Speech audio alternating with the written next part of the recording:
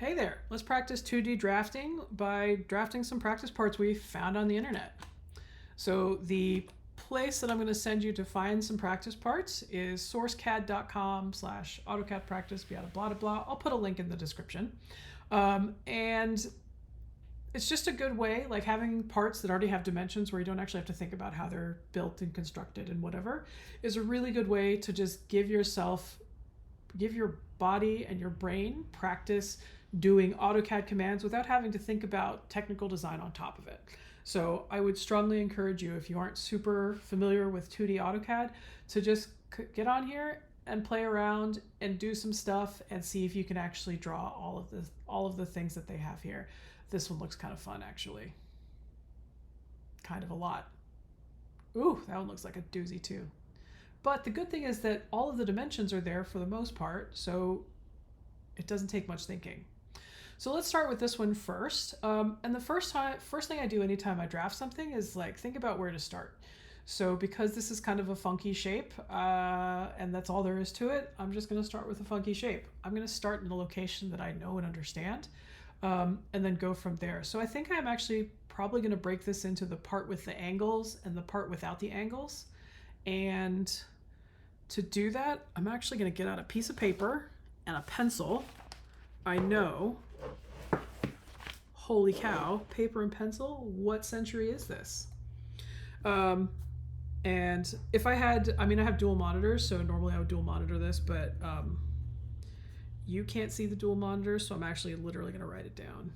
So 44, 18, 30, 10. And we're not given a dimension here, but we are given 50 minus 30, which is 20. And then I've got this vertical one doing 20. And I think I need to go, the first one starts up, then I'm going to go right, then up, then right, then down, then right, and then down. Okay.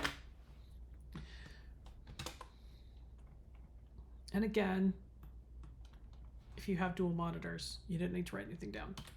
Okay, I'm going to start, basically I can start anywhere, doesn't really matter. But I'm going to start my polyline, hit spacebar to accept, click anywhere to start, and then I'm going to start typing in numbers. You'll notice that all of the numbers are going to default to inches instead of something else. 44.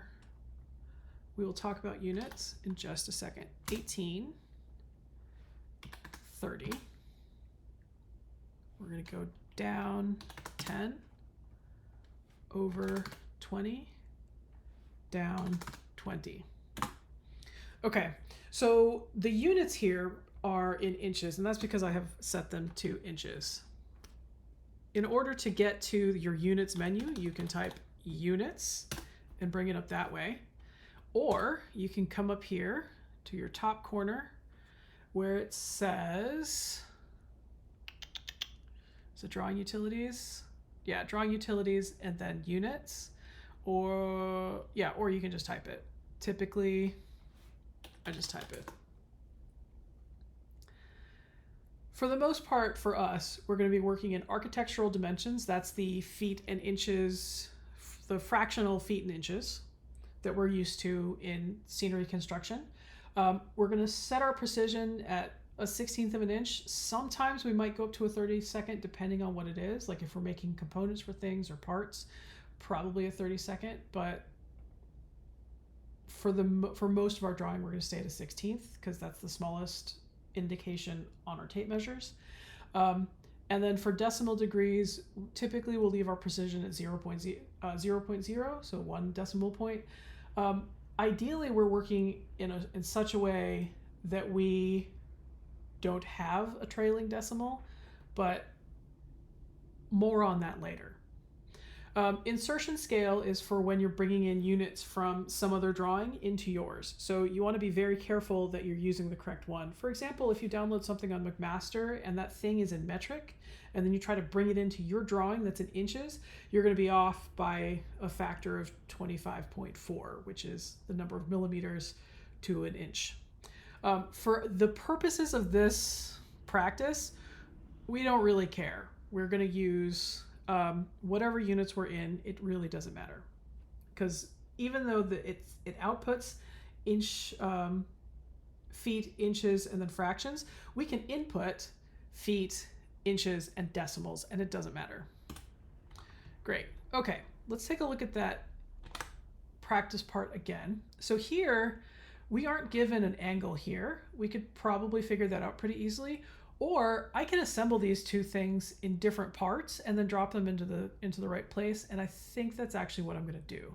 So I've got this 9.78 and then 46, 42, and this has 144 degree. And then we're not given any information about this one. So it's just going to connect once I connect these 2 points. So 9.78, I'm going to write it down again. 9.78, 46, 42, and there's a 144 degree angle. Back into the AutoCAD. So polyline, 9.78, spacebar to accept, 46, spacebar to accept. Okay, this is a place where AutoCAD is a little bit frustrating because if I type in 144, hit tab to accept it, that's giving me 144 from 0, like the global 0 degrees, which is like the x-axis. So that means I actually do have to do some head math here. So I have to do 180 degrees minus 144 to get what that reciprocal angle is. It's super annoying, I know. I believe that's 180 minus 44, so 36 degrees. So I'm going to tab back into that degree indicator. 36, spacebar or tab to go back to my length, and then 42 to get that to be correct. Spacebar to close the command, and then I'm going to move this into position by selecting it, typing M for move, spacebar to accept, establishing a base point, and then moving it to using the O-snaps to snap it to the corner here.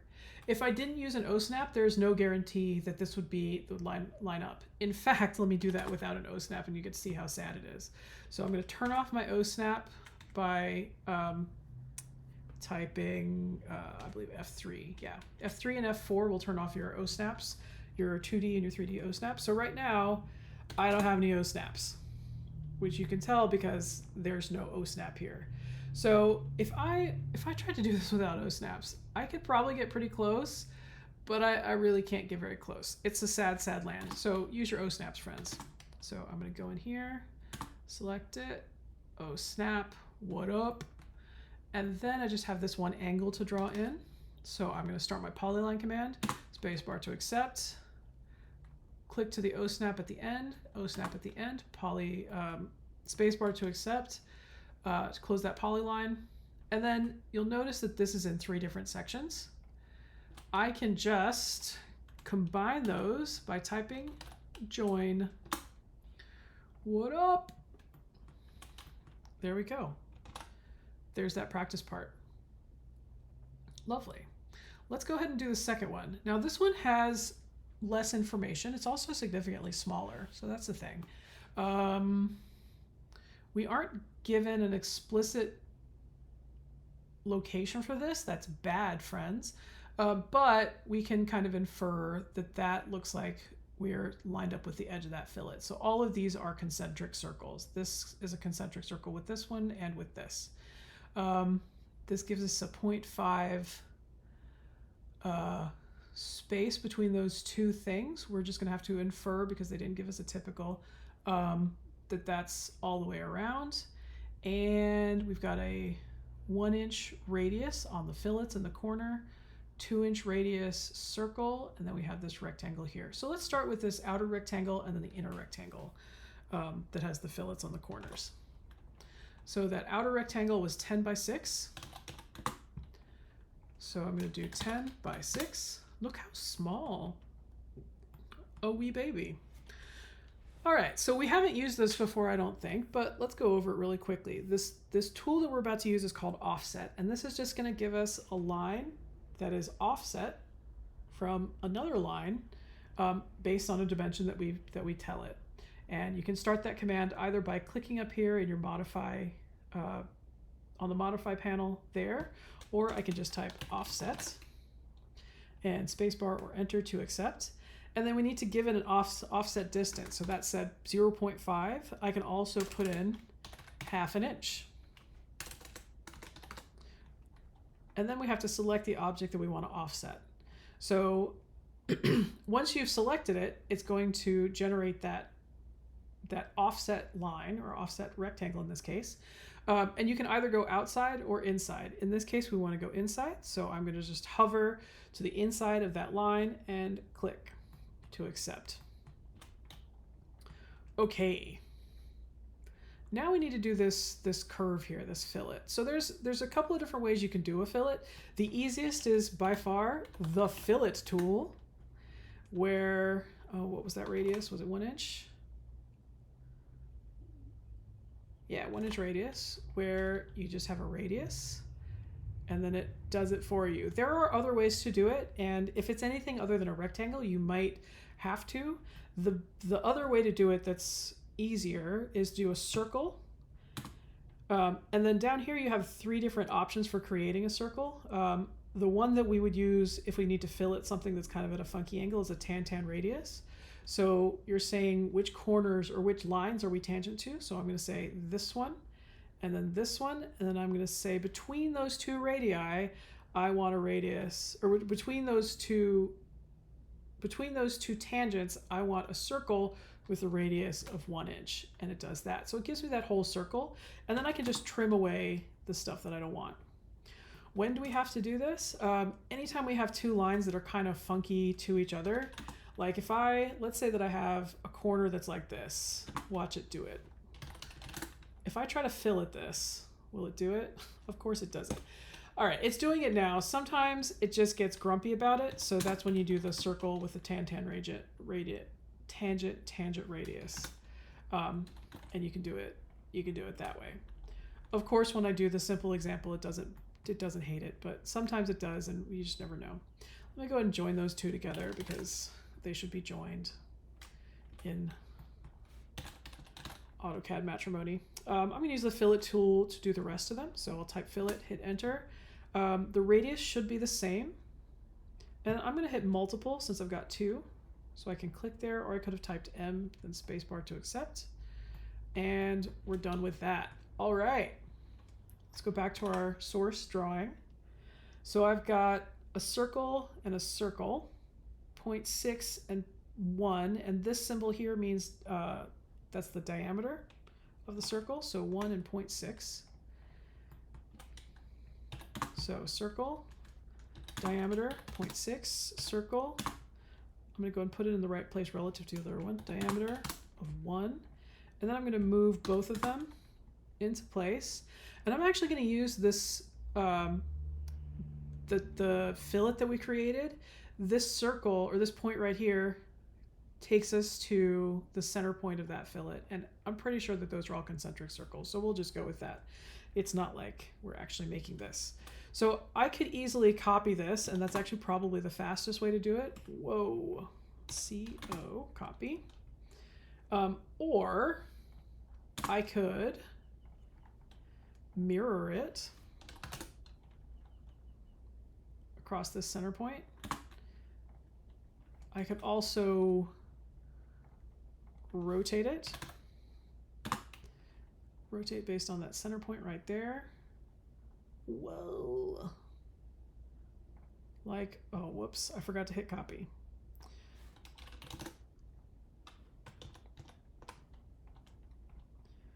Rotate, center point, copy. There we go, look at that.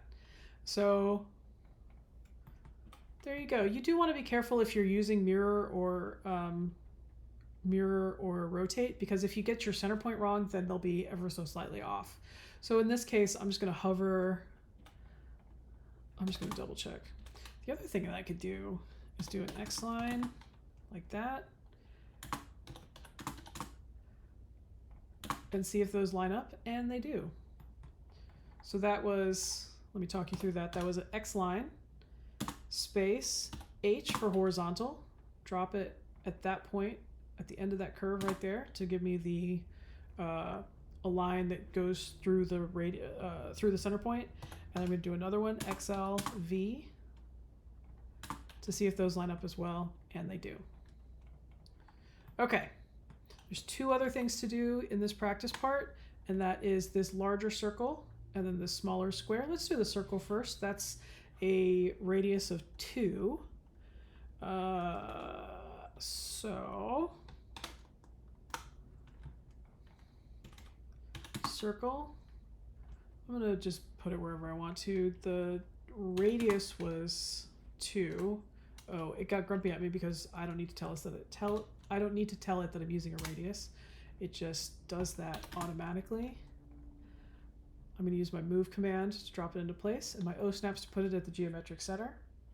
And then we needed a rectangle that is 5.2 by 1.2, and it also looks like it is centered on the center point, or the geometric center of that rectangle.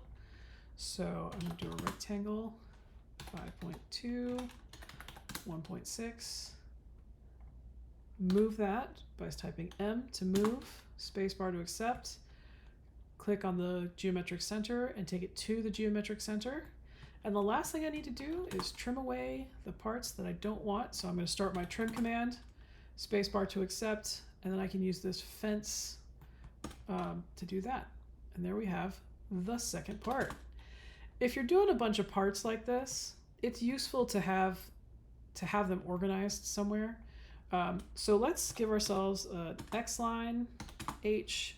We're going to put it at the global 0. So I typed hashtag, then 0, 0 to put it at the origin point. And then I'm just going to move these down onto that line so that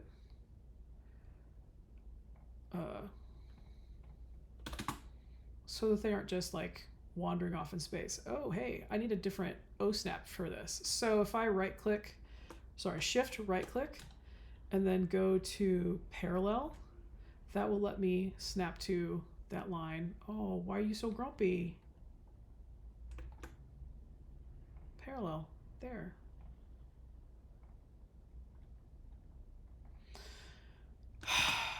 I don't know why I did that. It's fine. I'm just going to do that. Great.